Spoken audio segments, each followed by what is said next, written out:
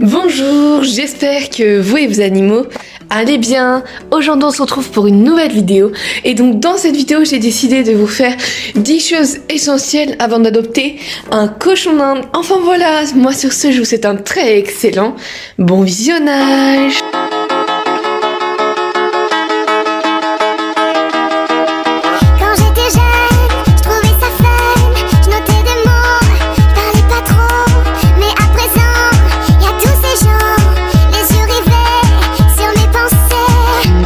Tout d'abord, la première chose qui est très importante, c'est les cachettes.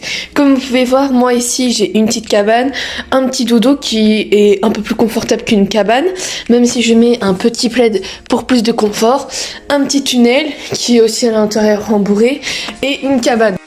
Une cabane est très essentielle parce que les cochons d'Inde sont peureux, surtout quand ils sont jeunes et qu'ils viennent juste de venir dans ce foyer, etc.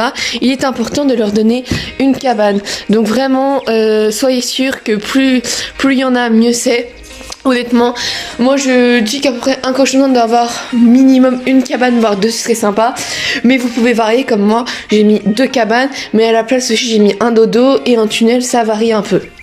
La deuxième chose, ça va être tout simplement un râtelier à foin, tout simplement parce que le foin c'est leur aliment principal, donc voilà, qui compose 80% de leur alimentation. Donc il est important d'avoir un bon râtelier à foin. Pour moi, j'ai opté pour un en forme de sac avec 2 trous, mais il existe plein de types de râteliers. Attention, il y en a certains qui ne conviennent pas, mais la majorité convient. Donc voilà, il est vraiment très important de leur donner un bon râtelier à foin qui peut contenir pas mal de foin, ce qui évite de leur remettre 2 à 3 fois par jour. Vous voyez, moi par exemple, je leur remets à peu près 1 fois par jour si je le remplis bien, mais le plus souvent je le remplis à moitié, sinon ils mettent plein de foin par terre et ça devient du mauvais foin, du foin souillé, et ça fait du foin gâché. C'est pour ça que ne remplissez pas tout votre râtelier à foin s'il est énorme comme mon cas. La troisième, ça va être une gamelle de granulés, parce que oui, les granulés... Oh, t'es trop mignon comme ça. Attends, tiens, j'ai une granulée, t'en veux? Oui. Donc, je reprends mon explication, désolée, je suis tombée face à cette mignonnerie. Les granulés, vous n'allez pas les mettre par terre, vous allez bien sûr les mettre dans une gamelle. Donc, il est important de prendre une gamelle, donc voilà, soit une gamelle que vous avez déjà chez vous. Enfin, moi, personnellement, je ne l'ai pas acheté en animalerie. Ou en animalerie, il y en a certains soit à 2 €, d'autres à 12, suivant la grandeur de la gamelle et autres. Pour mes loulas par exemple, c'était une grosse gamelle, du coup voilà comme ça, et celle-là par contre c'était plus de l'entour de 9 €, mais au moins on peut mettre côté granulé et côté légumes, ce qui est plutôt pratique, alors que quand on n'a qu'une seule gamelle comme dans l'autre cage, c'est un peu plus difficile étant donné que tu mets les légumes dans la même gamelle de granulés. La quatrième, c'est bien sûr un biberon, car oui, les cochons d'Inde boivent, donc biberon ou gamelle d'eau. Personnellement, moi, c'est par bouteille d'eau, biberon comme vous donnez le nom. Donc voilà, vraiment très important. Pareil, si vous avez un biberon à trop grande contenance, ne remplissez pas tout, parce que vous devez nettoyer votre biberon 1 fois par jour. Attends, mais tu vas finir par te casser là. Si tu fais ça, tu vas finir par détruire la cabane. Bah voilà, c'est ce que je t'ai dit, Lambi. Ah, mais tu m'écoutes jamais. Hop là. Et donc, je reprends mon explication. Il est très important de ne pas remplir tout parce que ça fait de l'eau gâchée, surtout que quand moi c'est de la cristalline, j'avoue que ça fait un peu le seum de gâcher de l'eau, donc voilà, remplissez quand même assez pour qu'ils en ont, mais pas beaucoup. Mieux vaut leur remplir 2 fois par jour que de gâcher une grosse contenance. Pour les gamelles à eau, n'oubliez pas de les nettoyer plusieurs fois par jour et de leur en donner plusieurs fois par jour. C'est pour ça que moi je me suis pas mis une gamelle à eau, parce que ça demande beaucoup de travail, et étant donné que je suis souvent à l'école, même si je rentre le midi, je préférais prendre une bouteille d'eau. La cinquième, c'est bien sûr une cage adaptée. Je ferai sûrement une vidéo pour savoir, pour mettre vraiment de ce niveau, pour les cages vraiment adaptées pour les cochons d'Inde et suivant le nombre de cochons d'Inde. Mais il est vraiment important d'avoir une cage adaptée à vos loulous pour qu'ils se dépensent vraiment bien. Et bien sûr, pour les mettre, alors le meilleur, il y en a certains, malheureusement c'est très rare, qui laissent carrément leurs cochons en liberté dans ma chambre. Malheureusement, moi, ce n'est pas possible. Ou qui les laissent carrément dans un enclos dehors. Moi non plus, pour l'instant, je suis dans un appartement parce que je viens de déménager. Mais bon, peut-être que dans ma future maison, je pense pas que je les mettrai dehors. Mais bon, je pense que quand il fera chaud, étant donné que je suis dans le sud, je leur mettrai des après-midi. Mais bon, comme je vous ai dit, j'aime mieux faire ça sur surveillance. 1, 2, 3, sur surveillance. Et donc du coup, bah, ce sera après l'école, étant donné que je rentre souvent à 17h.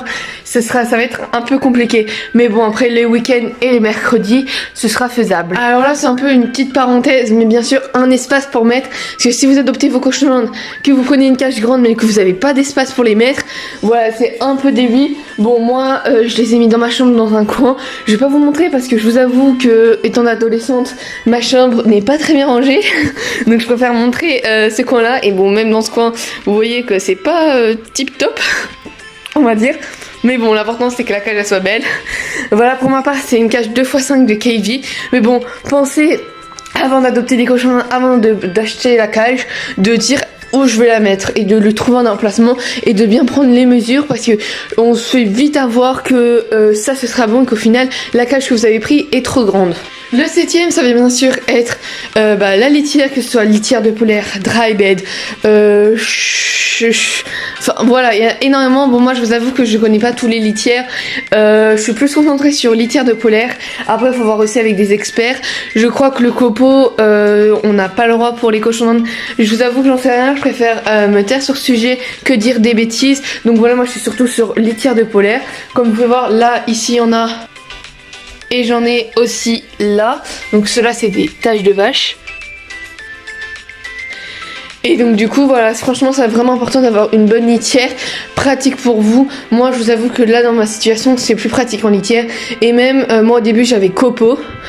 Après je suis passée à dry bed, et quand j'ai vu après la vidéo de plein d'influenceurs comme Petite Kaby, et j'ai été directement à litière de polaire. Et depuis franchement c'est vachement mieux, hein. Pas vraiment le lot, c'est plus confortable pour petite papate. 8, ça va bien sûr être le foin. Bon, je m'attarde pas trop. On sait, il y en a certains, alors ça je préfère à dire, pour ceux qui laissent leur cochon d'Inde dehors ou qui leur donnent que de l'herbe. Un foin a quand même besoin de foin. J'en vois beaucoup qui donnent que de l'herbe, qui disent dans la nature il mange que de l'herbe, il prend pas de foin.